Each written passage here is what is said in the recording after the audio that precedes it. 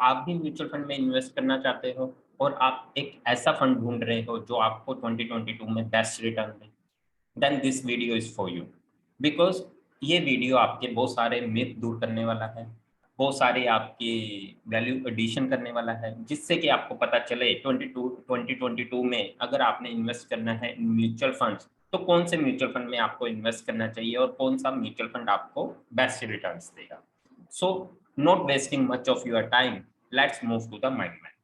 What are the best mutual funds to invest in 2022? Right. So objective of this video is to clarify, तो आपको बताना कि mutual fund में invest करते time आपको कौन से ऐसे बातों का ध्यान रखना है जिससे कि आप बेस्ट म्यूचुअल फंड को सिलेक्ट कर पाओ in 2022।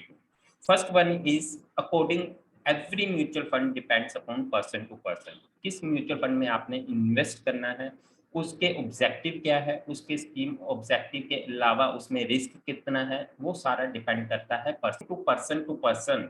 Every person have different financial goals. मान लीजिए मेरी एज 35 ईयर्स है और मेरे फाइनेंशियल गोल्स क्या हो सकते हैं, मेरे बच्चों की एजुकेशन, बच्चे की मैरिज, मेरा खुद का retirement, these are my financial. So एक पर्सन जो 20 इयर्स का है उसके फाइनेंशियल गोल्स अलग है, एक पर्सन जो 60 इयर्स का है उसके फाइनेंशियल गोल्स अलग है।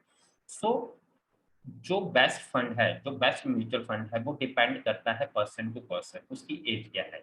अब मान लीजिए हमारी एज सेम है, मेरी एज 35 इयर्स है और दूसरे पर्सन की एज भी 35 इयर्स है, इवन देन दोनों के लिए mutual fund, same mutual fund अच्छा नहीं हो सकता, because we don't we don't have same risk appetite, we have different risk appetite. मान लीजिए मेरा रिस्क एपेटाइट नहीं है, मैं रिस्क ही नहीं लेना चाहता, मैंने 1 लाख रुपए म्यूचुअल फंड में इन्वेस्ट किया और मैं नहीं चाहता वो 90,000 हो जाए या 80,000 हो जाए, चाहे वो मुझे कितना भी return they in future. But एक पर्सन है, उसने लॉन्ग टर्म के लिए इन्वेस्ट किया है और वो चाहता है भी मेरा वेल्थ क्रिएशन हो, चाहे ये 1 लाख का 50,000 तक रह जाए, मुझे वो कोई फर्क नहीं पड़ता, बट जब मुझे पैसे की जरूरत हो इसने एक अच्छा खासा रिटर्न दिया है। सो सबकी रिस्क एपेटाइट भी अलग होती है। सेकेंडली डिफरेंट ऑब्जेक्टिव, सभी के ऑब्जेक्टिव भी अलग अलग है। कोई वेल्थ क्रिएशन के लिए म्यूचुअल फंड में इन्वेस्ट कर रहा है, कोई वेल्थ प्रिजर्वेशन के लिए म्यूचुअल फंड में इन्वेस्ट कर रहा है। So according to financial goals, according to risk appetite, according to different objective, mutual fund best कौन सा है ये डिपेंड करता है person to person, right. So second thing is, from one person one mutual fund would be good and for another person that mutual fund may be bad।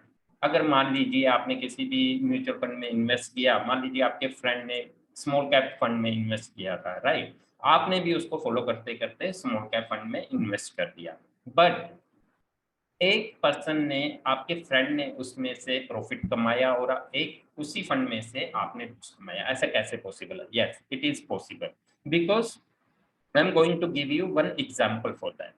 मान लीजिए दो person थे, person one, just wait, I am going to give you clear picture of mind में।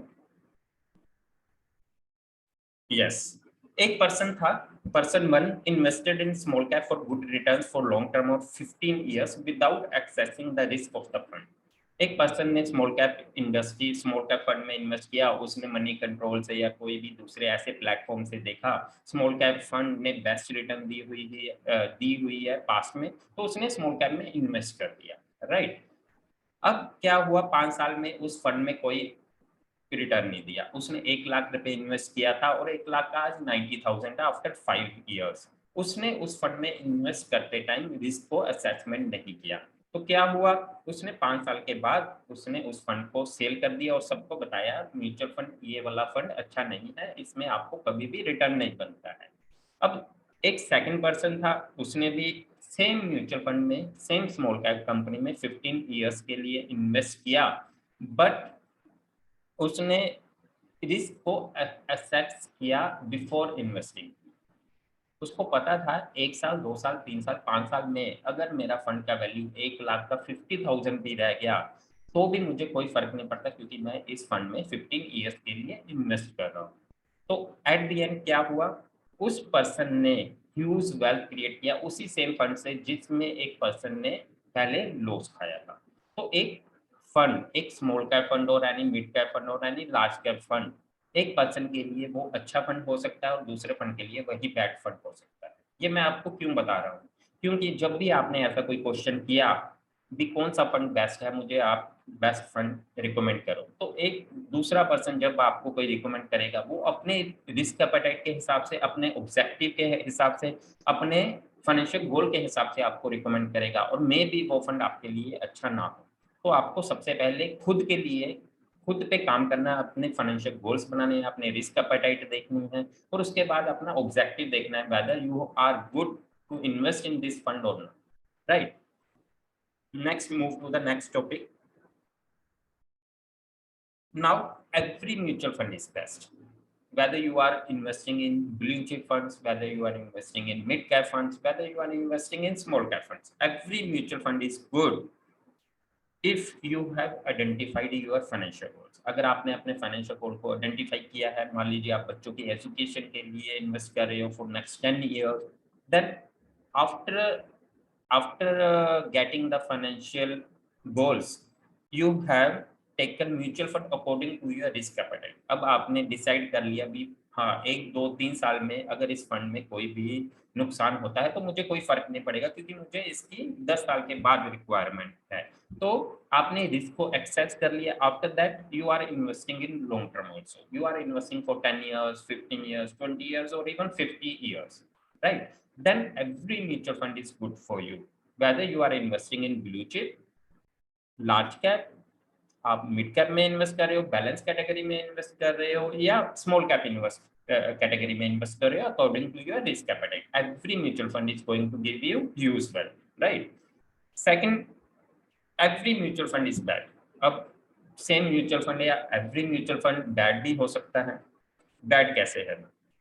If just wait, if you are regularly watching NAV of mutual fund without accessing the risk of the fund, अगर आपने mutual fund में invest कर दिया for 10 years और आप हर दिन देख रहे हो उसका NAV ऊपर जा रहा है या ऊपर नीचे जा रहा है, उसका उसमें प्रॉफिट आ रहा है या लॉस आ रहा है, क्योंकि म्यूचुअल फंड बेसिकली इन्वेस्ट कर रहा है इक्विटीज में, राइट। और इक्विटी में स्टॉक मार्केट में होता क्या है, स्टॉक मार्केट में पिछले 40 से 42 साल की हिस्ट्री है। 50% of the stock market, 50% of time stock market will go up and 50% of time stock market will go down. Even then market has given 15 to 16% of CAGR, right? So अगर आप रोज ही अपनी nap को देखते रहोगे, कभी market ऊपर जा रहा है तो देख रहे हो, नीचे जा रहा है तो देख रहे हो, तो it will control your human behaviour. तो आप कभी भी लॉन्ग टर्म में पैसा बना नहीं पाओगे और आपके लिए म्यूचुअल फंड बैड रहेगा। You have not analysis the scheme performance of past 10, 15, 20 years. At the time of investment, अगर आपने उस फंड की स्कीम की कंसिस्टेंट रिटर्न नहीं देखी है, पिछले 10 साल में, 5 साल में, 15 साल में, 20 साल में उस फंड ने क्या परफॉर्मेंस दी है, without analyzing the scheme performance, you are going to invest into the mutual fund, then you are digging yourself into the bad mutual fund.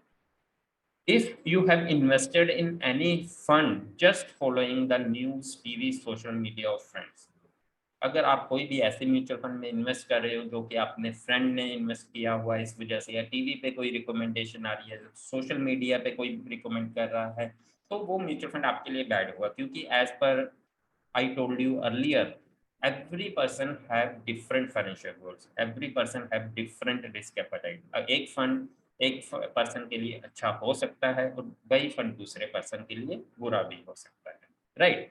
And the fourth one is, if you have not taken the help of the financial adviser और mutual fund distributor, अगर आपने कोई भी ऐसे fund में invest कर लिया जिसमें आपने किसी की भी हेल्प नहीं ली है, किसी म्यूचुअल फंड डिस्ट्रीब्यूटर की हेल्प नहीं ली है, किसी फाइनेंशियल एडवाइजर की हेल्प नहीं ली है, किसी इन्वेस्टमेंट एडवाइजर की हेल्प नहीं ली है, तो मे भी हो सकता है आप किसी भी बैड फंड में फंस जाओ। But if you have proper knowledge, you can analyze the risk of yourself, you can make financial goals of yourself, you can read the balance sheet of the companies, you can access which fund is good for you, then you don't need to go with a financial advisor or mutual fund distributor। but if you don't have knowledge, अगर आपको knowledge नहीं है, even then आपने उनकी help नहीं ली है तो आप के लिए हर mutual fund is a bad mutual fund, right. So in this video मैंने आपके कुछ मिथ दूर करने की कोशिश करी है, क्योंकि मेरे पास बहुत सारे ऐसे क्लाइंट्स आते हैं जो सबसे पहले क्वेश्चन मुझे यही करते हैं कि कौन सा बेस्ट म्यूचुअल फंड है, मुझे वो दे दो।